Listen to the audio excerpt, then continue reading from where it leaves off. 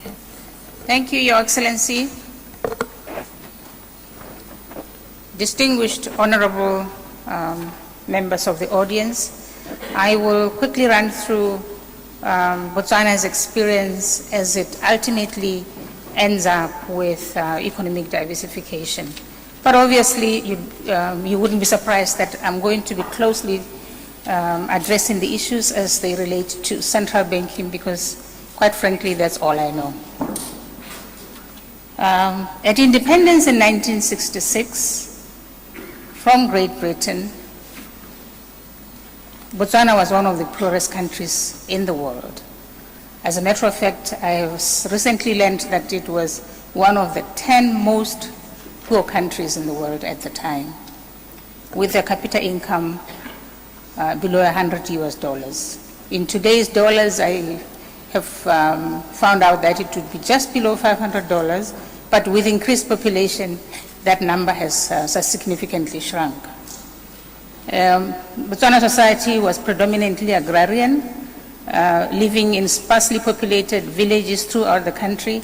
Those of you who know Botswana will know how big it is. We tend to liken the size of the country with France. And of course, people were subsisting on agriculture, in the main cattle rearing, which continues to be one of the backbones of the economy. The country's institutional and fiscal infrastructure were quite rudimentary, to the extent where those who calculated at the time suggest that there were only 10 kilometers of tarred roads. And therefore, it was logical that development had to concentrate in infrastructural development and, of course, in human capital development. Education continues to be one of the priorities of the government, but back then it used to occupy position number one with respect to what was allocated. Years of colonial neglect meant that very few, if any, nationals of Botswana could take up any positions in the institutional infrastructure of government to be able to proceed with it. But mainly on the back of minerals deposits having been discovered only a few years after 1966, the year when the country attained independence, it was very important that the government concentrate on this infrastructural development. What did that mean? It meant that there needed to be funds for extending the tarred roads far beyond the 10 kilometers that were in place at the time. It was important that schools were built, health centers were built. It was important to generate electricity and everything else that you know is needed. And also provide housing, not only for the nationals of Botswana, but also for expatriates who had to come into the country to help us how to do things from what they were then up to what they are now. And of course, we needed funds to even direct the money to mundane institutional developments such as the administration of justice, security, and of course, even institutional developments with respect to public education. While Botswana's relative success tends to be associated with diamond mining, I would like to underscore the fact that, so far as I'm concerned, and I would want to believe that you would also agree with me, it is more in the field of prudent management of the economy that the country has seen itself from what it was then to what it is now. As we speak, the country has been able to attain high GDP per capita in excess of 7,000. Remember I said at the beginning it was about $70 US. It has also been able to be given a sovereign credit rating of A, which has lasted for as long as about 20 years now. And it compares favorably with sovereign credit ratings even in Europe. Certainly it is the highest in Africa. And, you know, people in Botswana, we have, I think, a population of about 2.3 million. and almost 90% of that knows how to read and write. So I think there have been milestones that have been used with the money that came from exploiting diamonds.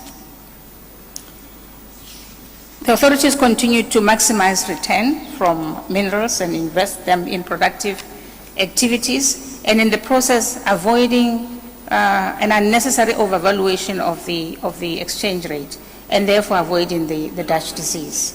And I will talk about the exchange rate management so that you can appreciate why and how it was able to continue to be able to serve the economy quite well, so far as I'm concerned, without creating any of the problems that we know about in the world. There is also national development planning that is very much synonymous with the name of Botswana, as it is with many other countries in the continent. There is the 5-year plans and the short-term plans, which is the normal annual budgeting process, which is meant to be able to actualize the 5-year plans that are formulated from time to time. And you will know that obviously national development plans are meant to be able to concentrate financial resources in priority areas. Of course, supplementary budgeting is always recognized, but it is important that even that supplementary budgeting is put to the test, goes through Parliament so that the public is able to see why there were changes in the 5-year plan or there were changes in the short-term plans. And if that happens, then there is no suspicion about anything being dreamed of and somebody just exercising their power to have their projects implemented. Another prudent macroeconomic strategy that the authorities put in place was public savings, as and when the government was realizing budget surpluses, to an extent where eventually they were able to put together to realize a sizable amount of foreign exchange reserves. And when the reserves ultimately grew to certain levels, certainly way beyond a year's worth of exports, a sovereign wealth fund was put in place. Also, it has been in place for the last 20 years. And it's helping in the sense that diamonds are a depletable, non-renewable asset. So you can take the diamonds off the ground, sell them for financial resources, but if you can save those financial resources so that you get income on a continuous basis, it goes without saying that it's become sustainable and you are able to also fend for anything that could arise as an attack against the economy, and have a cushion to fall back on in terms of economic and financial shocks akin to the financial crisis, which ultimately resulted in economic recession of anticipated dimensions. The accumulation of reserves was able to give confidence to the authorities to an extent where, within a short space of time, the government abolished capital controls, and that in itself was a confidence booster, because in the end, members of the public within Botswana and outside Botswana knew that they can bring their financial resources into the country, and if they don't like what the action they have taken, they could, within a stroke of a pen, take their financial resources out of the country. One other thing that I would like to make reference to is the monetary policy and how it is formulated with the objective of maintaining a low, stable, and predictable level of price developments. It is maintained for many years now within a range of 3 to 6%, and for many years now inflation has been hovering closer to the bottom end of that range. In fact, there was a time when it even broke the bottom end and was in the region of 2.7%, 2.5%, and so on and so forth. It does go without saying that price stability obviously contributes to achieving a stable real effective exchange rate, such that you have an exchange rate which is competitive, which enables domestic producers to be able to sell their produce anywhere in the world. But similarly, competitiveness suggests that you want relative strength of an exchange rate so that people are able to access raw materials, even to the more strong currency countries, and put together a finished good in the domestic economy and still be competitive in selling it to the outside world. The exchange rate policy is designed, obviously, to achieve a balance between maintaining competitiveness position of domestic products, and it also helps with respect to ensuring that it also contains inflationary development. Now, the exchange rate policy that the government of Botswana is maintaining is the crawling band exchange rate mechanism. The currency is packed to a basket of currencies. The SDR, as you know now, is a composite of 5 currencies, now that the Chinese have joined, and the South African rand. The reason there are those 6 currencies, which the Pula, which is the name of the currency in Botswana, is packed to, is so that we can be in a position to relate the trade relationship that the country has with the outside world through the exchange rate. It is not just by choice or a thumbs-up decision that the exchange rate is pegged to these currencies, and the weights also that are allocated to these currencies are pretty much reflective of the daily relationship that the country has with the countries of these currencies so far as trade is concerned. So when we sit down at we used to sit down at our tables and devise this, it became very interesting to see exactly what the country does with South Africa, which is predominant compared to the other currencies, and what it does with the SDR currencies, including even with the re-exports from South Africa. So that helped us tremendously with appreciating exactly what is behind all the numbers that we look at on a daily basis.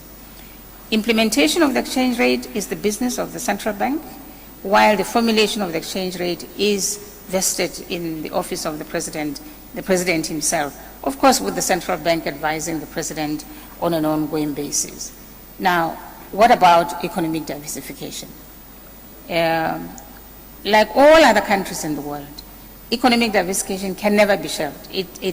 Once you start on it, you must give it concerted effort to continue to do that. And of course, in Botswana, we have the challenge of wanting to expand the economic base so that we can be able to attract not only foreign direct investment, but also domestic investment, which should ultimately generate employment opportunities for the youth that are currently facing unemployment levels of very high levels. Indeed, there is an attractive investment incentives that the government has put together. These incentives include, in the main, fiscal incentives, which are tax breaks, and there are others, of course, that can also be in a position to attract people to come and want to do business in Botswana.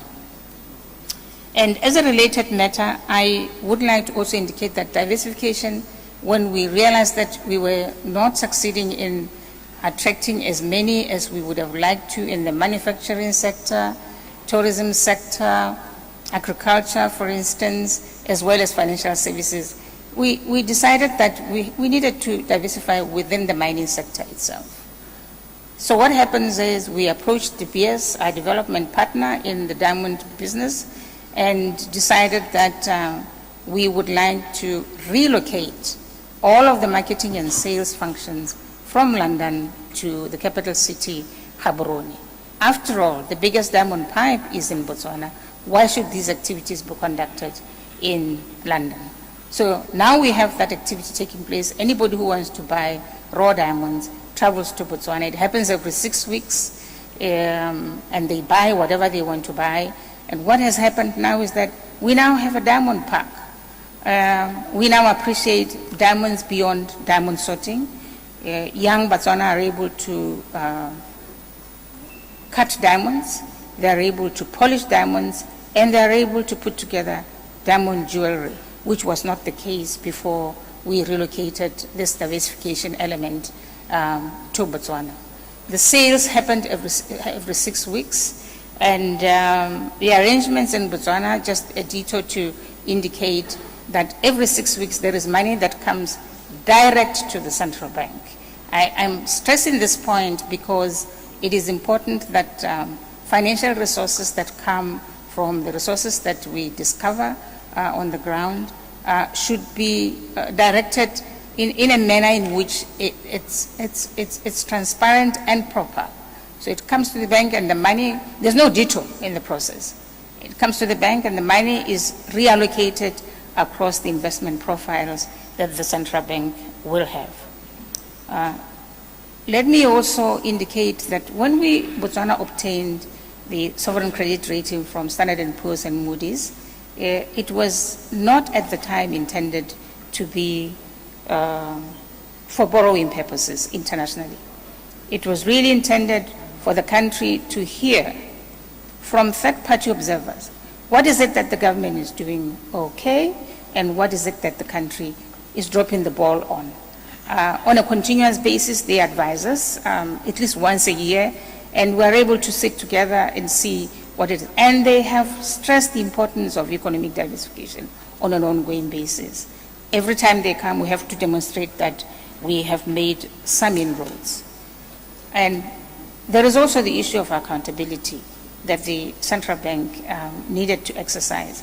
I inherited this from my predecessors, where there's economic briefings that reaches His Excellency and his cabinet on an annual basis. Parliament comes to the bank more than once a year. Members of the diplomatic corps comes, and we have a day on which all we discuss are the economic issues that confront the economy, so that we can be able to learn from those who may have succeeded in what could be giving us headaches after all. Your Excellency, Fantastic. Let me stop thus far. Fantastic. Merci beaucoup.